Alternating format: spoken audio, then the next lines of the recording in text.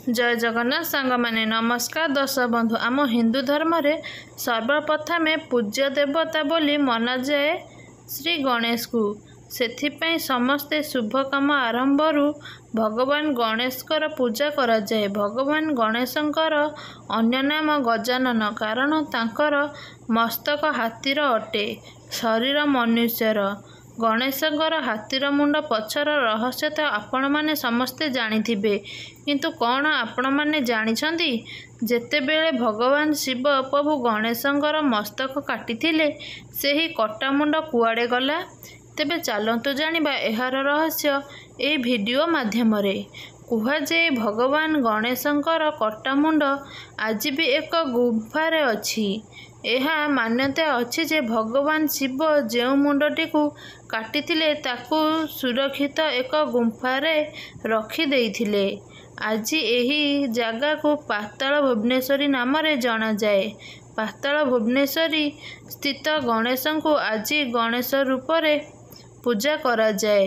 एही मान्यता अछि कली जुगरे एही स्थान को आज शंकराचार्य संधान गरिथिले। आउ दापर जुगरे पांडव माने तांकर वनवास समय रे एही स्थान को संधान गरिथिले।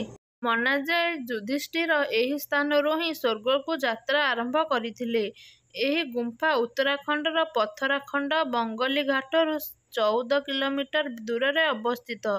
एही गुंफा भूमिरू 90 फुट तले अवस्थित। कुहा जे भगवान शिव एही गणेशंक कटा मुंड को रक्षा करंती। सेठारे अवस्थित पत्थर रूपी गणेशंक कटा मुंड उपरे 108 पाखुड़ा विशिष्ट ब्रह्म कमल आकृतिर एक पत्थर अछि, जेउथिरू गणेशंक मुंड उपरे सर्वदा जल बुंदा पडुथाए। कुहा जाए जहा गणेशंक मुखरे पडुथाए, मान्यता अछि स्वयं भगवान शिव ब्रह्म कमल एठारे स्थापना गरिथिले। एही गुंफारे 4 जुग हिसाब रे 4टी पत्थर अछि। कुहाजाए कली जुगर प्रतीक मना जाउथिबा पत्थरटी दिनकू दिन उपरकू बढुछि। जेउ दिन एही पत्थरटी उपर शिखर को छुईब, सेही दिन कली जुगर अंत होइजिब।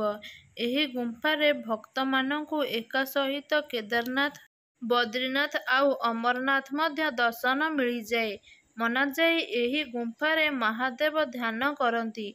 एठारे महादेवंकर आस्थान, महादेवंकर बड़ बड़ जटामान लंबी थिबार देखा जाए। सेठारे काल भैरवर जीव मध्य अछि। कुहाजाए एही काल भैरव मुखरे प्रवेश करी जिए तार लांज जाए पहुंचीजिब, सिए मोक्ष प्राप्त करिब। तेबे दर्शक बंधु, भिडियोटी जदि आपण मानकू भल लागिथाए कमेंट रे जय श्री गणेश लिखिया पई जमारू भी भूलिबेनी।